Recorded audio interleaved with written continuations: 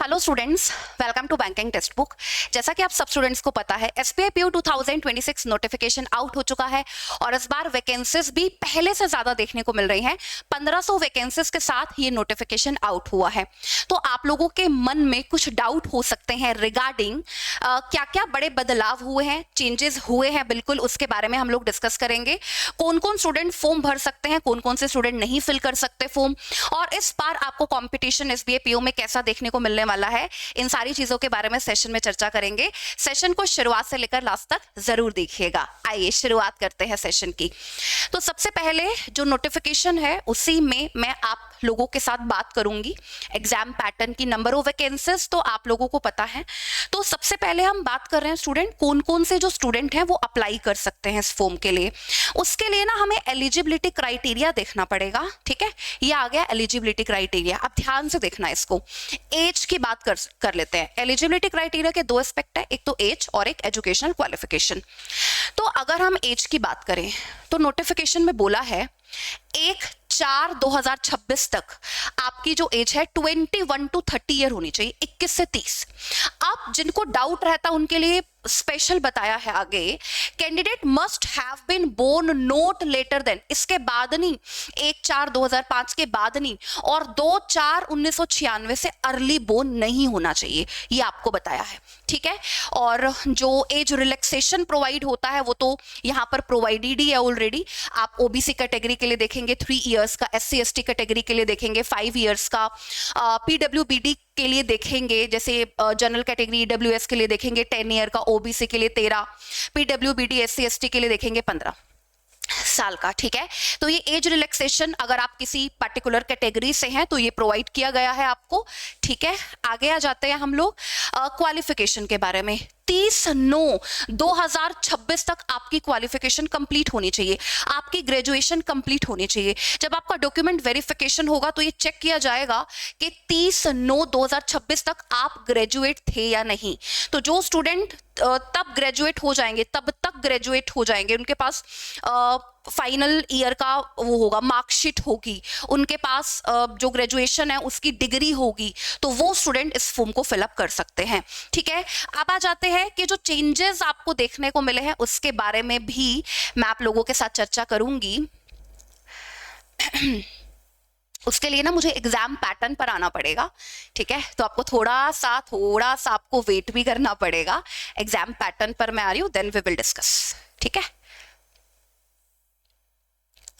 हाँ, तो सबसे पहले तो ये जो है यहाँ पर भी आपको चेंजेस देखने को मिले हैं maximum possible number of chances पर। ठीक है, अभी अगर आप देखेंगे तो अगर आप जनरल या ईडब्ल्यूएस कैटेगरी से है तो आपके पास 6 चांसेस है, 6 चांसेस है।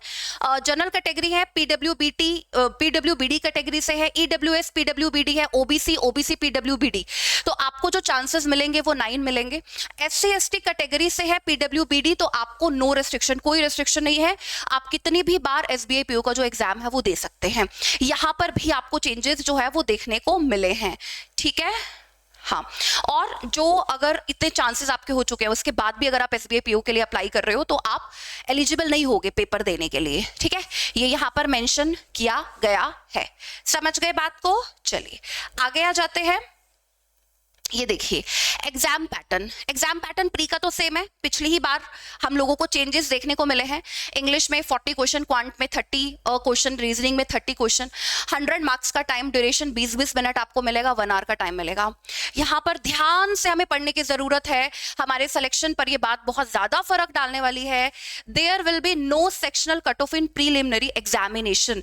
प्री में कोई सेक्शनल कट ऑफ नहीं है, आपको ओवरऑल मार्क्स लेने होते हैं। इसी से हम लोग अंतर डिसाइड करते थे, आईबीपीएस का भी और एसबीआई का भी। बट अभी आपको क्या बोल दिया है, there will be no, pre में तो कोई नहीं है, ओवरऑल कट ऑफ से आपके नंबर ज्यादा होने चाहिए। लेकिन अगर हम मेंस एग्जाम पैटर्न की बात करें तो मेंस एग्जाम में ये सब्जेक्ट देखने को मिलेंगे, नंबर ऑफ क्वेश्चन सेम है, मैक्सिमम मार्क्स सेम है, ड्यूरेशन आपको सेम देखने को मिल रही है। एक तो यहाँ पर सबसे पहले आप डिस्क्रिप्टिव पेपर में देखिए, पहले डिस्क्रिप्टिव पेपर आपको दिखता था यहाँ पर टोटल 50 नंबर का, अभी ये 30 नंबर का है। हालांकि जो नंबर ऑफ क्वेश्चंस है वो चेंज नहीं हुए हैं, वो तो सेम है। आप जैसे देखेंगे यहाँ पर मेल्स आपको राइट करनी होती है 1 out of 2 option, situation analysis 1 out of 2 option, इधर रिपोर्ट्स राइटिंग और process writing any 1 out of 2 option. ठीक है, नंबर ऑफ क्वेश्चन 3 है, लेकिन मैक्सिमम मार्क्स यहाँ पर 30 है। ड्यूरेशन आपको 30 मिनट मिलेगी, मतलब टोटल टाइम आपके पास 3 घंटे 30 मिनट का होगा मेंस के लिए। ठीक है, तो एक तो ये हुआ है, और जो सबसे बड़ा चेंज आया है वो आया है ये, आप देखिए यहां पर लिखा हुआ है sectional cut off in men's examination. जैसे कि आईबीपीएस पीओ में आपको हर एक सेक्शन क्लियर करना होता है, वैसे ही यहां पर मेंस के लिए आपकी जो हर एक सेक्शन की कट ऑफ जाएगी वो तो आपको क्लियर करनी ही करनी है, प्लस ओवरऑल आपको क्लियर करनी है। ये यहां पर बड़ा चेंज आपको देखने को मिला है इस बार 2026 में। Sectional cut off in main examination, each candidate will have to score minimum qualifying score in each test section. Minimum qualifying score आपको लेना ही पड़ेगा। ये यहां पर हुआ है, एक डिस्क्रिप्टिव में हुआ है चेंज। ठीक है, और भी शायद एक चीज और भी हम लोगों ने पढ़ी है नंबर ऑफ चांसेस के बारे में, वहां पर भी आपको चेंज जो है वो देखने को मिला है।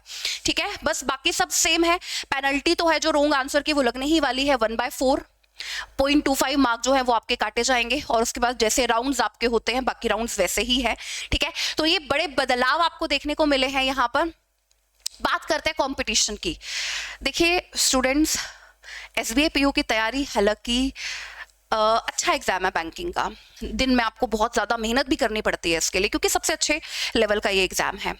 जब 541 वैकेंसी आती है तब भी लैक्स ऑफ स्टूडेंट फॉर्म भर रहे होते हैं, तो अभी 1500 वैकेंसीज है, अभी भी एक सीट पर उम्मीदवारों की जो संख्या है वो घटी नहीं है, नंबर ऑफ कैंडिडेट की संख्या घटी नहीं है, बढ़ेगी ही, क्योंकि हर एक ग्रेजुएट स्टूडेंट एसबीआई पीओ का फॉर्म तो अप्लाई जरूर करेगा। उसमें से खैर वो स्टूडेंट कम होंगे जो प्रिपरेशन कर रहे हैं काफी लंबे टाइम से, लेकिन हर एक ग्रेजुएट स्टूडेंट अप्लाई करेगा इसके लिए, और जिनकी इंग्लिश अच्छी होती है वो तो एसबीआई पीओ के लिए जाएंगे ही जाएंगे। आपको एक सीट पर ज्यादा ही नंबर ऑफ स्टूडेंट देखने को मिलेंगे, और मैं आपको बोलूंगी इसकी अच्छी तैयारी आप लोगों को करनी पड़ेगी। और आपको अच्छी तैयारी कराने के लिए, चाहे वो डिस्क्रिप्टिव हो, चाहे वो प्री हो या मेंस हो, हमारे पास एक बैच है। जी हाँ, हमारे पास एक सॉल्यूशन है। लेट मी शो यू, मैं आप लोगों को एक बार बता देती हूँ।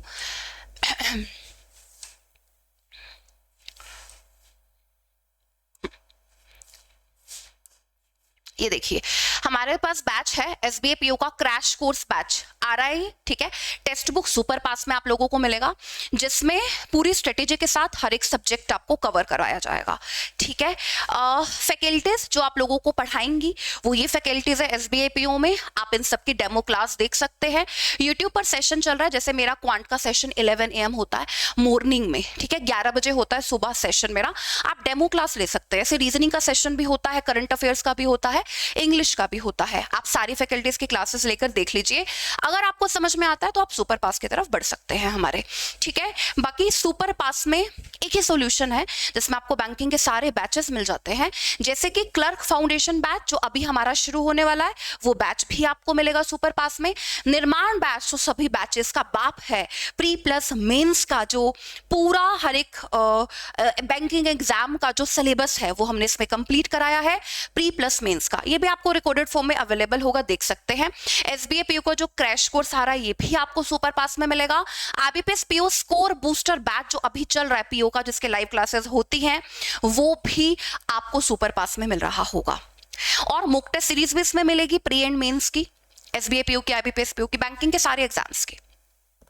एक बार पैसा भरने के बाद आपको बार बार पैसा भरने की जरूरत नहीं पड़ती है।